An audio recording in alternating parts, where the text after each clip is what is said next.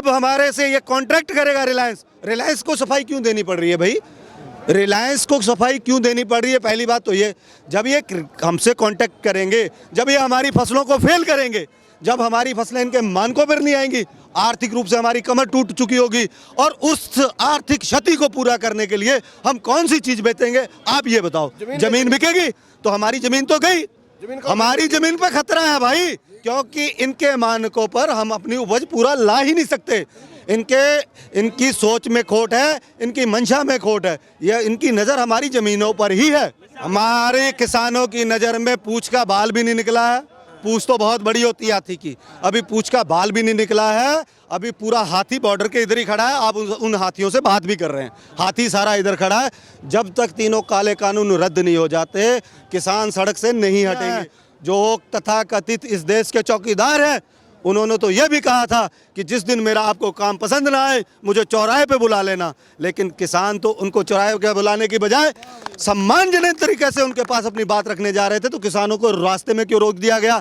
सरकारी सड़कें जो हमारे देश की धरोहर हैं, जिस दिन हरियाणा सरकार उन सड़कों को खोद रही थी, उस दिन तो हमारे जो तथाकथित चौकीदार हैं उनका कोई बयान नहीं आया, और एक टावर की तार कट जाने से इनको दर्द हो गया।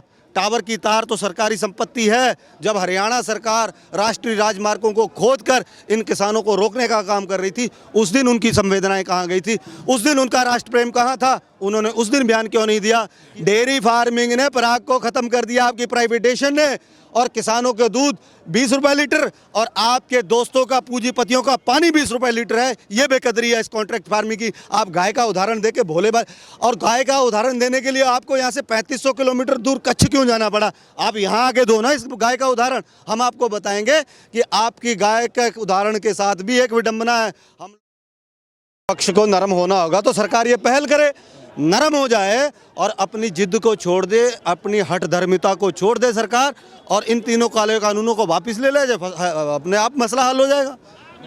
मान कब नहीं, देखो आप 80 करोड़ लोगों को जो बात मनाना चाहते हैं, आप 2-3 जो लोग, जो 4 लोग कैबिनेट में बैठे हो, वही मान जाओ, सारा मसला अपने आप हल हो जाएगा।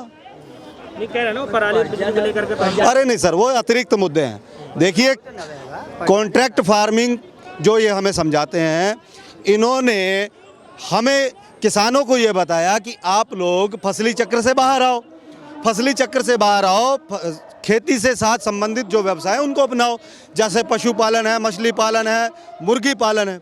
अब कुक्कुट पालन में सरकार ने एकीकृत फार्मिंग, इंटीग्रेशन एक लाए, इंटीग्रेशन वो लाए।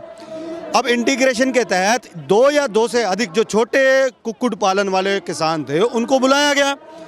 अब इत्तेफाक ये होता है कि जो भी कंपनियां सरकार से परमिशन लेकर किसानों का विकास करने आती हैं, किसान तो डूब जाता है और उन कंपनियों का विकास हो जाता है, और उससे फिर क्या, हमारी मुख्य खेती भी खत्म हो जाती है, किसान कर्जाई हो जाता है, उसकी वजह से आत्महत्या करता है। और सरकार जो ये कॉन्ट्रैक्ट फार्मिंग का शगुफा लेके आई है, पंजाब के अंदर आलू की खेती करवाई।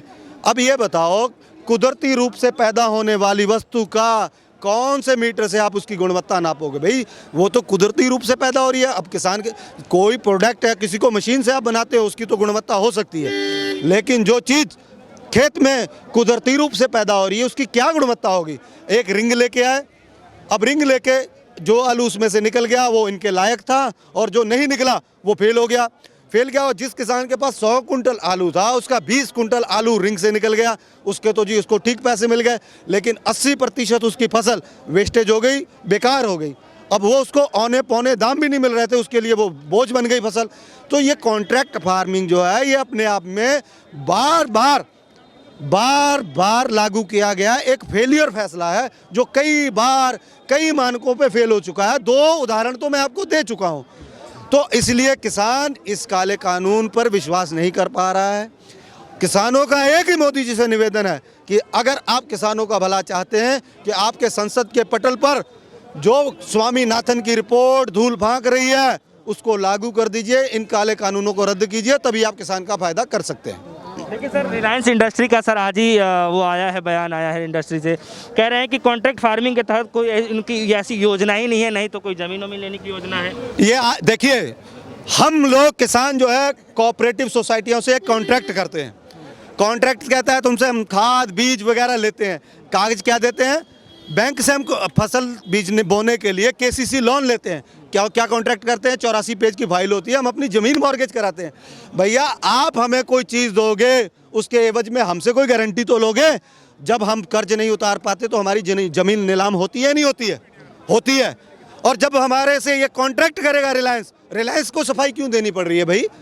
रिलायंस को सफाई क्यों देनी पड़ रही है? पहली बात तो ये, जब ये हमसे कांटेक्ट करेंगे, जब ये हमारी फसलों को फेल करेंगे, जब हमारी फसलें इनके मानकों पर नहीं आएंगी, आर्थिक रूप से हमारी कमर टूट चुकी होगी, और उस आर्थिक क्षति को पूरा करने के लिए हम कौन सी चीज बेचेंगे? आप ये बताओ। जमीन बिकेगी तो हमारी जमीन तो गई, हमारी जमीन पर खतरा है भाई, क्योंकि इनके मानकों पर हम अपनी उपज पूरा ला ही नहीं सकते। इनकी सोच में खोट है, इनकी मंशा में खोट है, यह इनकी नज़र हमारी ज़मीनों पर ही है। लेकिन राजनाथ सिंह तो ये कह रहे हैं कोई माई का लाल ऐसा हुआ नहीं जो किसानों की जमीन हड़प ले। राजनाथ सिंह तो ऐसे भी कह रहे थे कि कोई माई का लाल हुआ नहीं जो किसानों की ज़मीन हड़प सके। लेकिन राजनीत सिंह जी को उनका वो बयान दिखाओ आप, जब वो कह रहे थे कि मेरे देश का किसान सड़कों पे बैठा है, सरकार दिल्ली के आरसीआर में सो रही है, जब हम सरकार में होंगे तो किसानों को सड़कें पे नहीं आना चाहिए पड़ेगा। आज किसान आ रखा है। और राजनाथ सिंह जी के कैबिनेट के जो मुखिया हैं, जो तथाकथित इस देश के चौकीदार हैं, उन्होंने तो यह भी कहा था कि जिस दिन मेरा आपको काम पसंद ना आए मुझे चौराहे पे बुला लेना। लेकिन किसान तो उनको चौराहे पे बुलाने की बजाय सम्मानजनक तरीके से उनके पास अपनी बात रखने जा रहे थे, तो किसानों को रास्ते में क्यों रोक दिया गया? सरकारी सड़कें जो हमारे देश की धरोहर हैं, जिस दिन हरियाणा सरकार उन सड़कों को खोद रही थी, उस दिन तो हमारे जो तथाकथित चौकीदार हैं उनका कोई बयान नहीं आया। और एक टावर की तार कट जाने से इनको दर्द हो गया। टावर की तार तो सरकारी संपत्ति है। जब हरियाणा सरकार राष्ट्रीय राजमार्गों को खोदकर इन किसानों को रोकने का काम कर रही थी, उस दिन उनकी संवेदनाएं कहाँ गई थी? उस दिन उनका राष्ट्र प्रेम कहाँ था? उन्होंने उस दिन बयान क्यों नहीं दिया कि आप खट्टर साहब राष्ट्रीय धरोहर को मत खोदो? इन किसानों को, ये भी हमारे देश के नागरिक हैं, ये मेरे साथ बात करने आ रहे हैं, इनको मेरे पास पहुंचने दो। हमें रोक क्यों रखा है? दल बल सब क्यों लगा रखा है?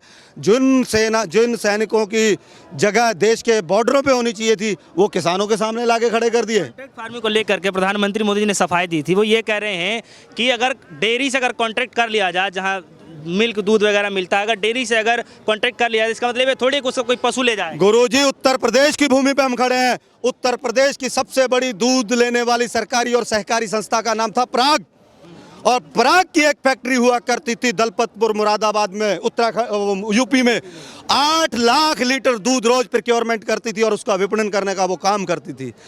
अब प्राइवेटेशन हुआ डेयरी फार्मिंग में, और छोटी छोटी सोसाइटियां जो वो खत्म हो गई। किसान को एक आध पैसे का, 10 पैसे 20 पैसे का लालच देके उससे दूध महंगा किया गया, और आज वो फैक्ट्री खत्म तो हो चुकी है। डेयरी फार्मिंग ने पराग को खत्म कर दिया, आपकी प्राइवेटेशन ने, और किसानों के दूध 20 रुपए लीटर, और आपके दोस्तों का, पूंजीपतियों का पानी 20 रुपए लीटर है। ये बेकदरी है इस कॉन्ट्रैक्ट फार्मिंग की। आप गाय का उदाहरण देके भोले बात, और गाय का उदाहरण देने के लिए आपको यहाँ से 3500 किलोमीटर दूर कच्छ क्यों जाना पड़ा? आप यहाँ आके दो ना इस गाय का उदाहरण। हम आपको बताएंगे कि आपकी गाय के उदाहरण के साथ भी एक विडंबना है। हम लोग डेयरी फार्मिंग में भी फेल होके आए हैं, और आज हकीकत क्या है? गाँव में पहले 100 लोग पशुपालन करते थे, उसमें से 70 लोगों ने पशुपालन बंद कर दिया है, और इनके दोस्त 1000, 1,500, 2,000 पशुओं का बिग फार्मिंग का कॉन्सेप्ट आ चुका है। दूध पर भी इनका कब्जा हो रहा है। जमीन, गाय सब बिक चुकी है, सब छिन चुकी है किसान से। उन किसानों को समझाने के लिए जो उनके प्रवक्ता टीवी डिबेट पे आकर के समझा रहे थे, कह रहे थे कि ऐसा नहीं है कि प्राइवेट चीज़ें अगर मार्केट में आ जाएंगे तो सरकारी चीज़ें खराब हो जाएंगी। यार उदाहरण है, आपका BSNL कहाँ है? आपके सरकारी अस्पतालों की व्यवस्था कैसी है, उनका हालत कैसी है? आपकी सरकारी रोडवेज की स्थिति क्या है? आपकी ट्रेन सरकारी की क्या हालत हो चुकी है? आप जिस चीज़ को, प्राइवेट अस्पतालों का हाल देख लो। प्राइवेट अस्पताल 5 स्टार, और सरकारी अस्पताल में इंजेक्शन लगाने की व्यवस्था तक नहीं होती है। प्राइवेटाइजेशन से हमारे देश की दुर्दशा हुई है। हमें हमारे देश के इस चौकीदार से निवेदन है, आप अपनी हठधर्मिता के चलते पूरे देश को बर्बाद किए जा रहे हैं। आप अपनी हठधर्मिता को चुको। सरकार के रवैये से तो लग नहीं रहा है कि बात बनेगी, और लेकिन ये सरकार की गलफत है। और जिन किसानों का आंधी तूफान हौसला नहीं डिगा सके, ये सरकार क्या कर लेगी? बात तो उनको माननी पड़ेगी। समय ज़्यादा लग सकता है, बात तो सरकार को माननी ही पड़ेगी। नहीं, उनके प्रवक्ता ये कह रहे हैं कि हमने बड़ी चीज़ें, समस्याओं को हल कर दिया है। कह रहे हैं कि हाथी निकल गई सिर्फ पूंछ रह रहा है, हमने बड़ी समस्या। हमारे किसानों की नज़र में पूंछ का बाल भी नहीं निकला है। पूछ तो बहुत बड़ी होती है हाथी की, अभी पूछ का बाल भी नहीं निकला है, अभी पूरा हाथी बॉर्डर के इधर ही खड़ा है। आप उन हाथियों से बात भी कर रहे हैं, हाथी सारा इधर खड़ा है। जब तक तीनों काले कानून रद्द नहीं हो जाते किसान सड़क से नहीं हटेंगे। और दूसरा, सरकार के प्रवक्ता बंद कमरे में बैठ के और वन वे बात क्यों करते हैं, वन वे बात करते हैं, वो सिर्फ अपनी बात सुनाते हैं। हमारे से डिबेट करें, किसानों से संवाद करके उनको समझाएं कि ये कानून कैसे हमारे हित में है, तो हम भी उनको भी बता देंगे। एक तरफा वन वे बोलना तो बहुत आसान है, बंद कमरे में बोलना बहुत आसान है। मेरा मीडिया से भी निवेदन है कि जो माइक आप भोले भाले किसानों के मुंह में फंसा रहे हैं, एक बार देश के प्रधानमंत्री जी के मुंह में भी फंसा दो, उनसे भी एक सवाल कर लो कि ये तीनों काले कानून किसानों के हित में कैसे हैं।